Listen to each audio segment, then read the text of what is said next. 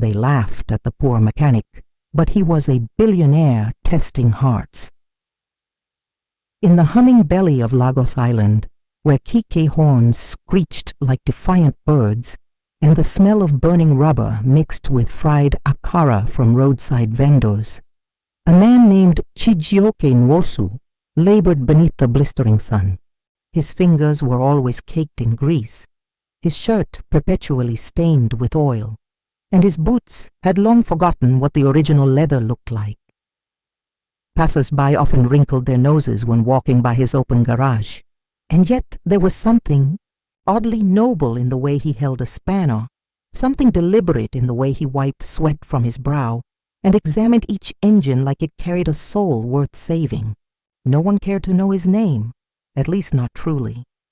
To them he was just another mechanic among dozens, perhaps hundreds, scattered across the city's underbelly. And yet behind those grease-smeared cheeks and calloused palms lay the unspoken truth. Chijioke was the sole heir to Nwosu Group Holdings, a multi-industry giant with influence stretching across Nigeria, Ghana, Kenya, and even Europe. Born into wealth that most only dared to dream of, Chijioke had walked away from boardrooms, high-rise penthouses, and international conferences. At 28, he had experienced the cruel edge of false affection too many times. From women whose eyes sparkled only when he pulled out his black card, to business partners who smiled with poison behind their teeth, Chijioke had come to learn that money was both a gift and a curse, and that in the world he came from, masks were more common than truth. His decision to vanish into Lagos and become a mechanic wasn't just rebellion, it was survival. And in that modest garage, paint peeling, tools rusting, the occasional rat scampering near the back walls, he had found a sense of peace that all his family estates couldn't offer. The garage belonged to a man called Baba Kunle, an old friend of his late grandfather, who gave Chijioke a place to work and live without asking many questions. The old man only said, "You carry sorrow in your eyes, boy, but your hands want to build again, so build here." And so he stayed.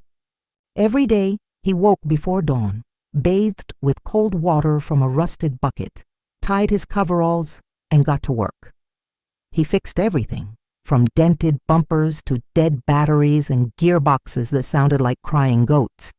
He never overcharged, never scammed, never bragged about what he used to be. But the streets talk, and because he looked poor, he was treated as poor. He was ridiculed.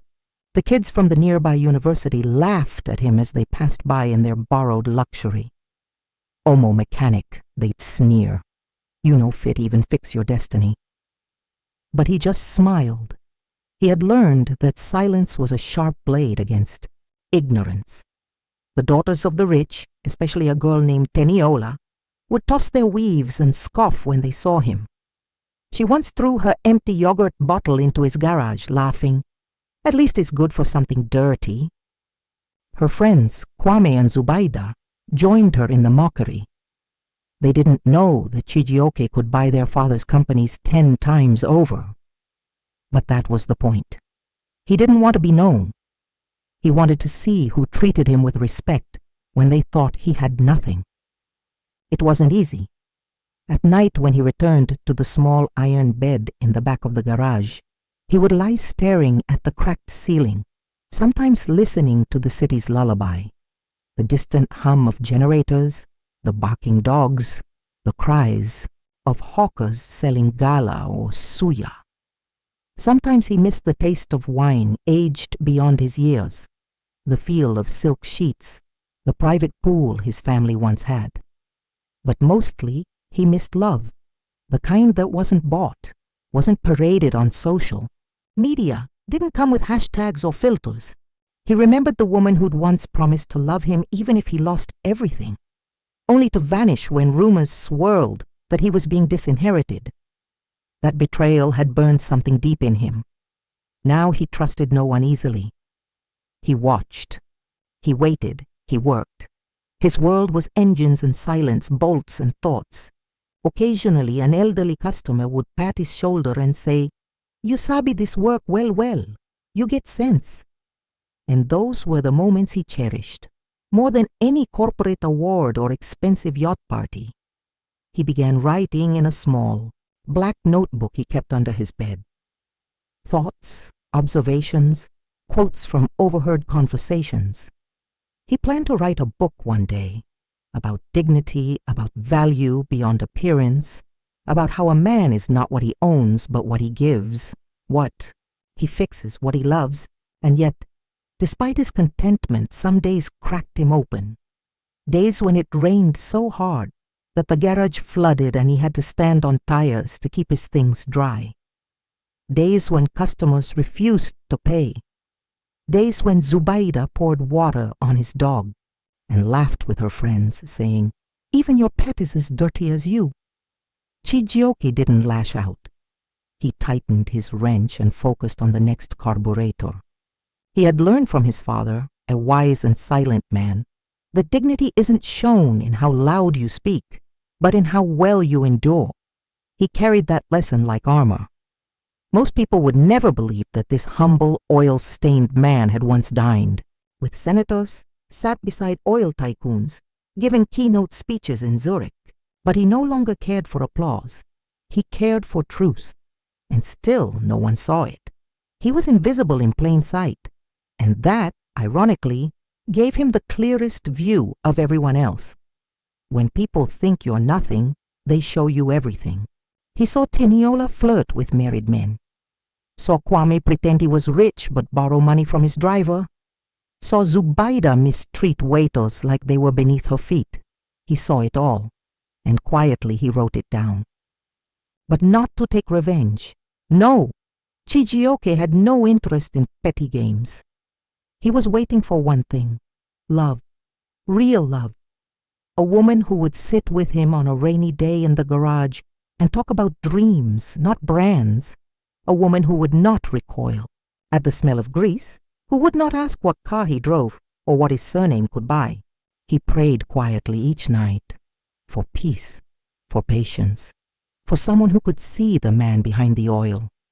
And while he prayed, the world mocked. But he didn't mind, because he knew someday the truth would come. And when it did, those who spat on his shadow would choke on their surprise. But until then he worked, with hands that healed machines, with a heart that longed for more, with dignity that no insult could steal. Blessing Ireti Adeyemi was the kind of girl who blended into the world like a forgotten melody, sweet but easily overlooked, like the scent of rain on dry earth that faded too soon. She wasn't the loudest or the most stylish. Her clothes were plain, often faded, and her sandals had seen better years. Yet there was a quiet strength in her that only the observant could notice, and her eyes, soft like morning dew, held stories no one cared enough to read. She had grown up in Ibadan, but moved to Lagos after her parents died in a road accident, leaving her at the mercy of her mother's elder sister, Aunt Mosung, a woman who saw charity as a favor she never let you forget. Blessing's days began before the sun yawned. She would sweep the compound, wash the twins' uniforms, prepare lunch for the family, and iron Uncle Kolapo's shirts before catching a bus to her part-time nursing school classes, only to return and continue as a housemaid in disguise. Reach 23, she was more tired than most women twice her age, but she bore it with a gentleness that made her suffering invisible. People in the neighborhood thought she was lucky to live in a proper house, but they didn't know she hadn't bought a new dress in 3 years, that she skipped breakfast most mornings, or that her aunt's voice was sharper than broken glass. "You should be grateful," Mosun would hiss whenever Blessing asked for anything beyond what she was given. "Were you not almost homeless before I took you in? Don't let Lagos enter your head, oh!" And so Blessing kept quiet. She learned to smile in silence, to cry in private, to find joy in small things, a baby's laughter on the street, a breeze on a sweltering day, a kind stranger who said, "Thank you." It was on one of those painfully ordinary days that she met the mechanic. She had been sent to fix Aunt Mosun's battered Toyota Corolla again. And as she dragged herself to the open garage on Allen Avenue, the same one they always used because the mechanic there is cheap, she was too weary to brace herself for another round of condescension. But that day, something shifted. The man who greeted her was unlike the others. He had the same dusty hands and oil-stained coveralls, yes, but his voice was soft, his eyes clear, and he didn't ogle her like most men did. "Good afternoon," he said, wiping his hands on a rag. "What seems to be the problem?" She hesitated, a little startled by the respect in his tone. "It's the engine. It shakes when you start it." He nodded and gestured for her to sit. She stood awkwardly, uncertain. "Don't worry, I'll check it," he said simply already, opening the bonnet. As she waited, she noticed how methodical he was, how he hummed under his breath while he worked. There was a rhythm to him, a quiet, deliberate music she hadn't realized she missed in her life. When he was done, he explained the issue to her in plain, clear terms, not like the others who always tried to confuse her with technical jargon. "You're lucky it didn't knock," he said, smiling. "But I'll fix it. No wahala." Something in that smile, small and unassuming, stayed with her long after she left. She didn't even realize she was smiling too until the bus conductor asked if she had won lottery. Over the next few weeks, their paths began to cross more often. Aunt Mosun's car broke down often, almost comically, and each time blessing was sent, and each time it was him. "Chijioke," he finally introduced himself after the third visit. "You can call me Chi." She found herself smiling again, something that had become rare. "I'm Blessing," she replied, her voice softer than she intended. Slowly, something delicate began to grow between them, not loud or fast, but steady. He would ask how her day had been, and she would find herself answering truthfully. She began lingering a little after the repairs were done, offering him cold sachet water when he looked tired, bringing him akara one morning wrapped in brown paper. "For your breakfast," she said shyly. He looked at her like she had offered him a diamond. "God bless you," he said, and she blushed under the hot sun. It wasn't romance. Not yet. It was recognition. Two quiet souls in a noisy world, both unseen, both enduring. But Lagos has a way of punishing sweetness. One afternoon, as Blessing handed over a small envelope of payment, Zubaida and Teniola passed by in their loud heels and louder voices. Ain, Teni scoffed, laughing. "So this is your type now, Blessing? Mechanics?" Zubaida added with a sneer, "Next thing you'll be dating someone who sleeps in gutters." Blessing flushed, humiliated, but Chijioke simply wiped his hands and looked them in the eyes with a calm that silenced the insult. "It's better to be honest in grease than polished in lies," he said, then turned back to his work. The girls scoffed and walked off, but Blessing never forgot that moment. It was the first time someone had defended her, not with anger, but with dignity.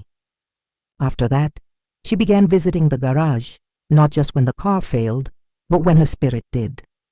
She would sit quietly in the corner, watching him work, sometimes talking, sometimes just being near him. He never pressured her, never flirted crudely. He respected her silence, honored her pain. One day she broke down. It was a hot Thursday, and Aunt Mosun had slapped her because she forgot to add crayfish to the egusi. "Useless girl!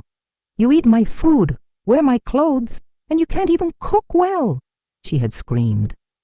That night, Blessing walked out of the house and found herself standing at the garage, tears slipping down her cheeks. She didn't say a word. Chijioke looked up, paused, then reached behind the workbench for a clean rag. "Here," he said gently, pressing it into her hands. "You don't have to talk, just sit." She did. For over an hour, she sat there as the city moved on around them. Finally, she whispered, "Sometimes I wish I could run away." He nodded, not judging.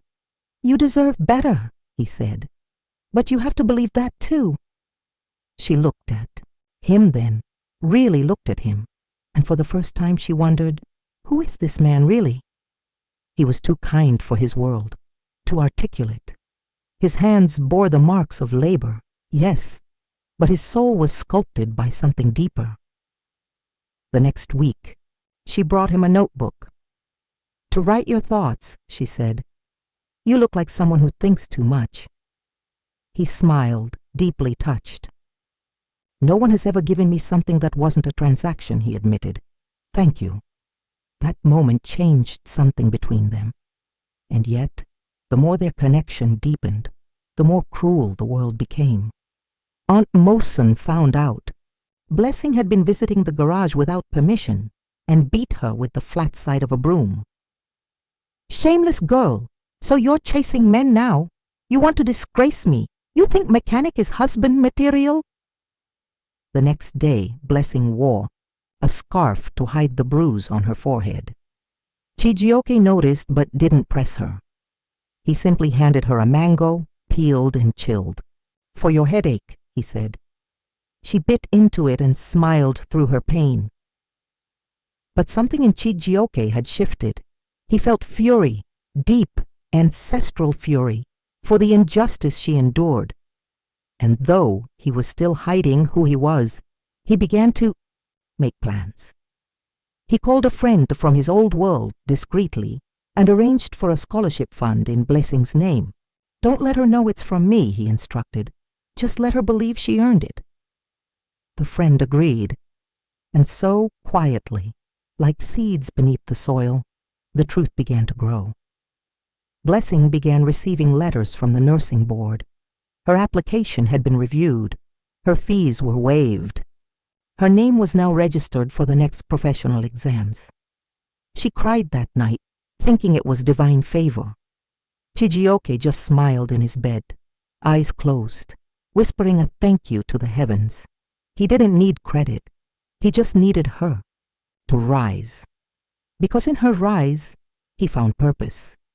And still, the world around them laughed. But they didn't know that love was slowly threading its way between spark plugs and whispers, and soon it would bloom, not in fanfare, but in fire.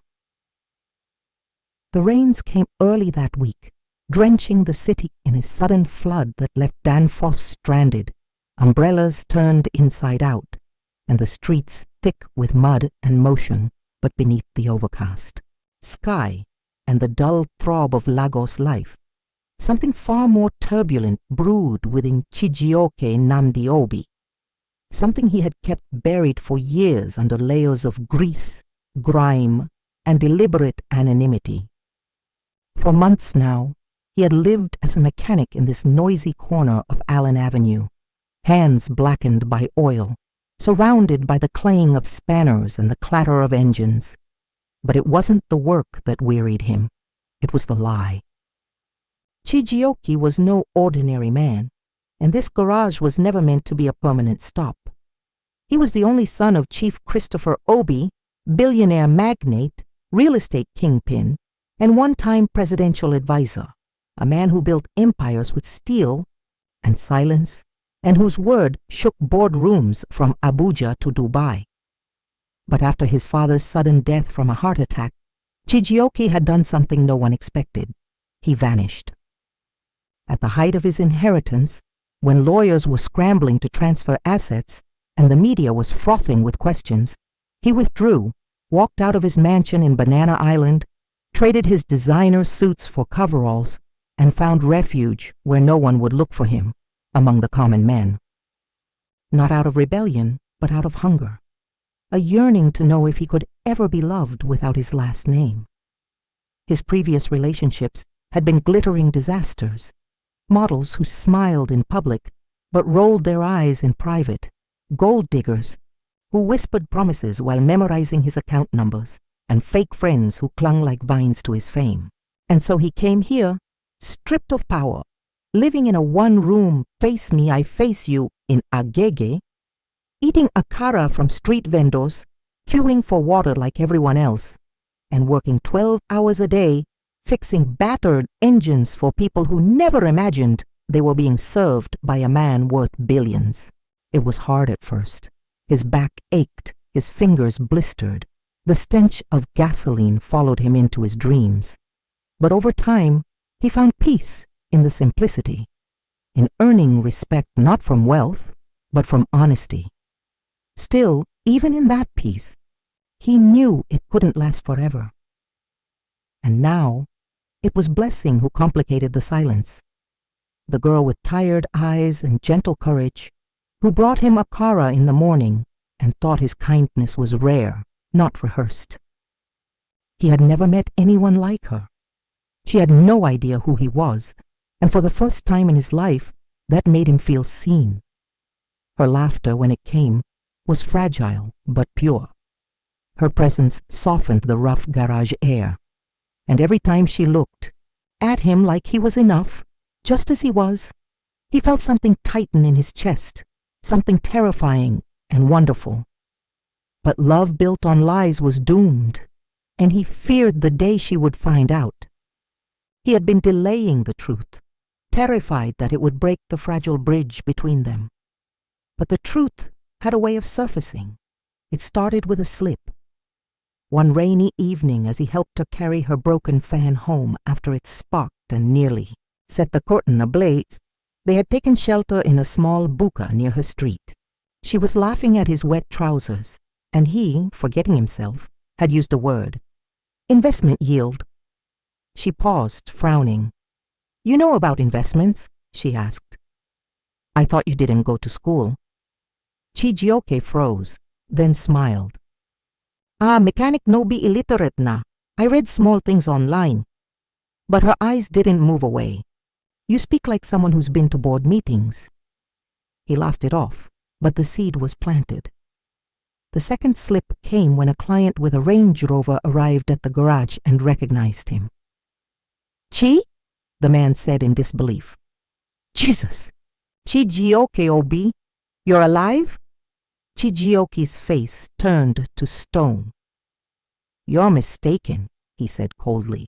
But Blessing, who had been waiting nearby, caught the tension in his voice, the flicker in his eyes. Sorry, boss. Thought you were someone else, the man said quickly and left. But the damage had been done. That night she didn't ask him anything. But the next day, she brought him ground nut and quietly said, I don't need you to explain who you are. Just don't lie to me. He looked at her then, deeply, his heart pounding. Why are you still here? He whispered. Why do you keep coming back? She looked away, her voice small. Because with you, I feel safe and seen.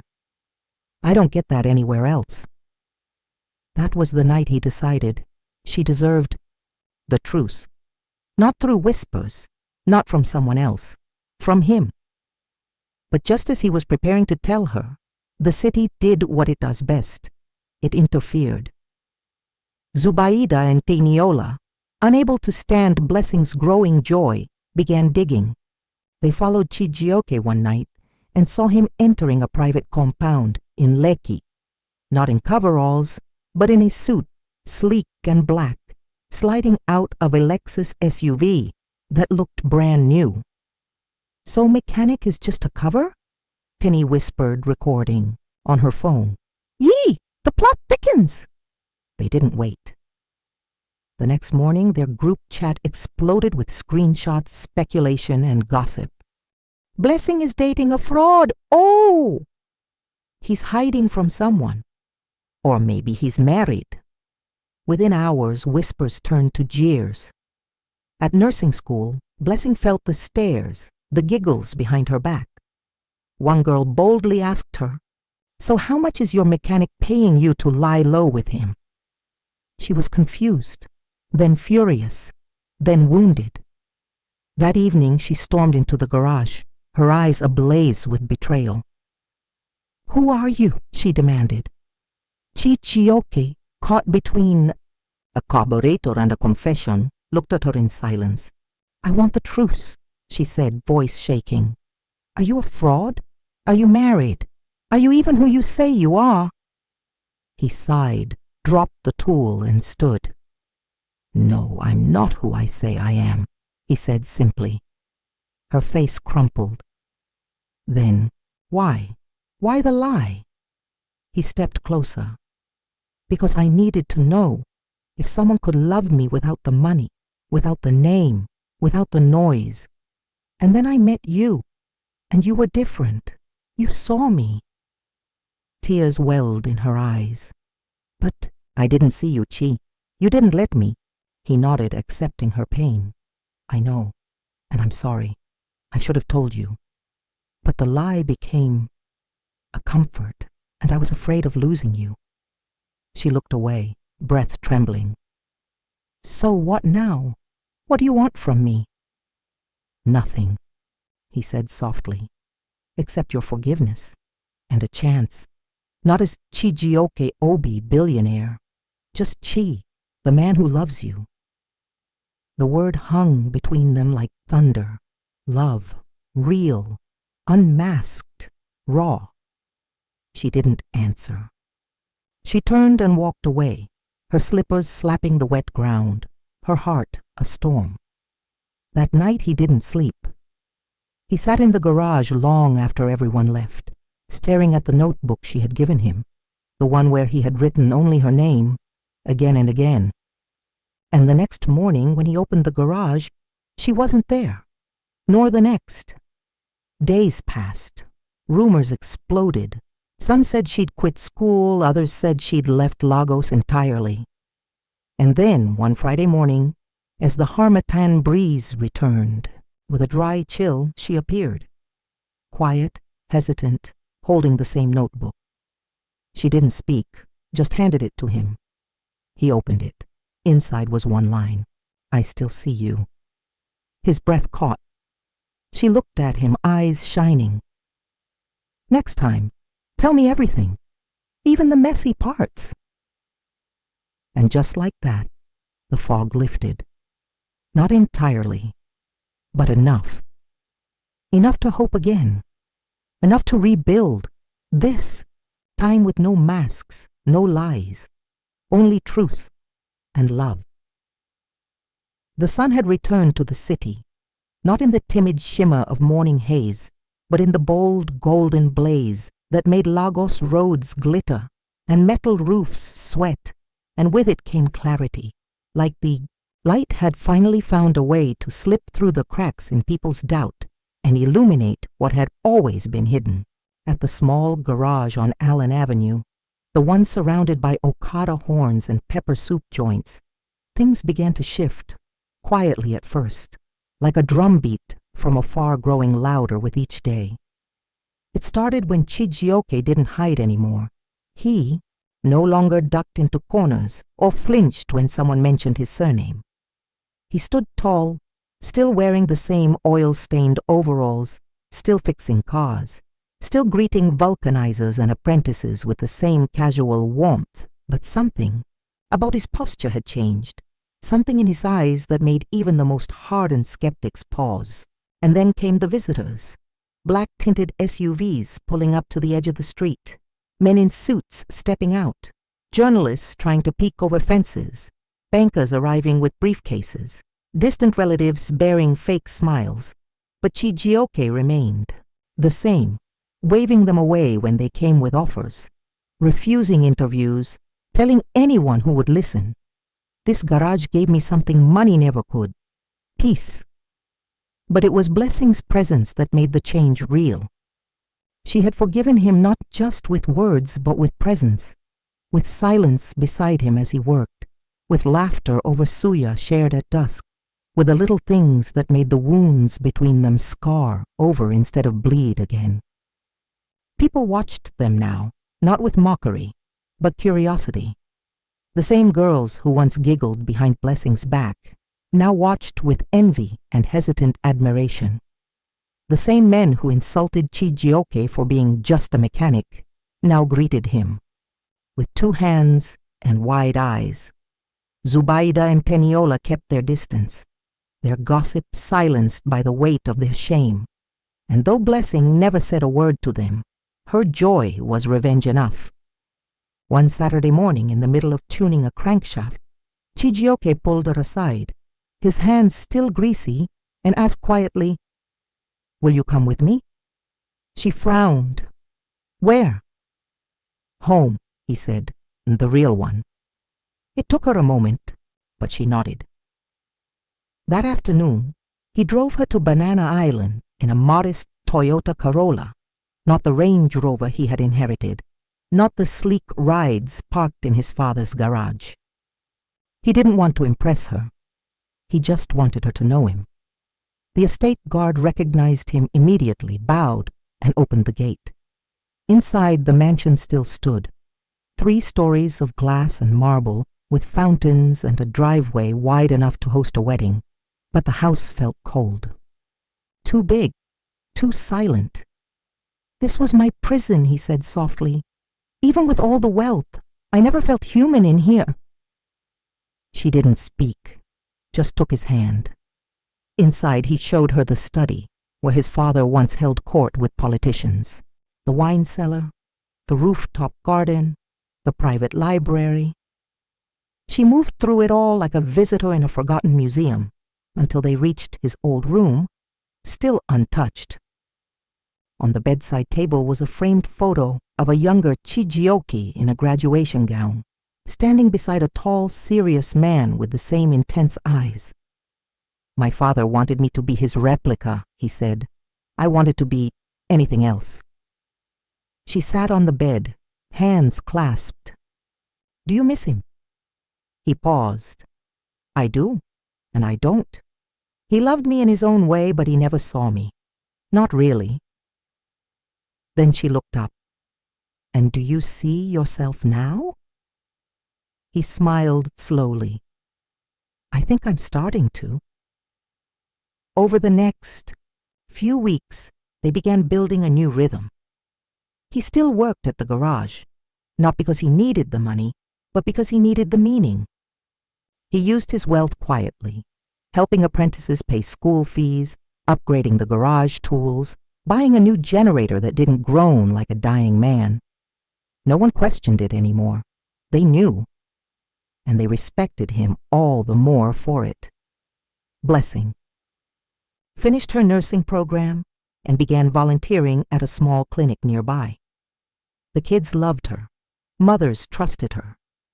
She walked through the neighborhood like a light they couldn't dim. The day he proposed was unplanned. No dinner reservations. No diamond-studded drama. Just a quiet evening under the mango tree outside her hostel. A breeze whispering through the leaves, and Chijioke holding out a simple gold band he'd kept in his pocket all week, too nervous to bring it out. "Blessing," he began, voice trembling. "You saw me before anyone else did. You made me want to be better, to be real, to be free. I don't have perfect words. I just have a heart that belongs to you. Will you marry me?" Her eyes filled. She laughed through her tears. "Only if you promise to keep fixing my generator when NEPA strikes." He grinned. "Forever." Word spread fast, but this time it wasn't cruel whispers. It was joy. Invitations were printed. The wedding was small, held in an open garden behind the local church, with jollof rice steaming in coolers, talking drums echoing across the compound, and neighbors dancing like they'd known the couple their whole lives. Chijioke wore a white agbada embroidered with gold. Blessing wore a lace gown with geli as bright as sunrise. As they danced together beneath the wide Lagos sky, he whispered, "Thank you for choosing the mechanic." She whispered back, "Thank you for being him." Later that evening, when the last puff-puff had been eaten and the last old woman had prayed blessings upon them, they sat quietly, barefoot in the grass, hands clasped, watching the stars come out. "You know," she said, resting her head on his shoulder, You never really stopped being a billionaire, he chuckled. Is that so? Yes, she smiled. You were just the kind with a wealth of heart, not hype. And as the breeze swept through the trees and the city finally went to sleep, Chijioke Obi, the man, the mechanic, the billionaire by blood and by grace, knew he had found the one thing he had been searching for all along, a life that didn't shine from the outside but burned warm and bright from within.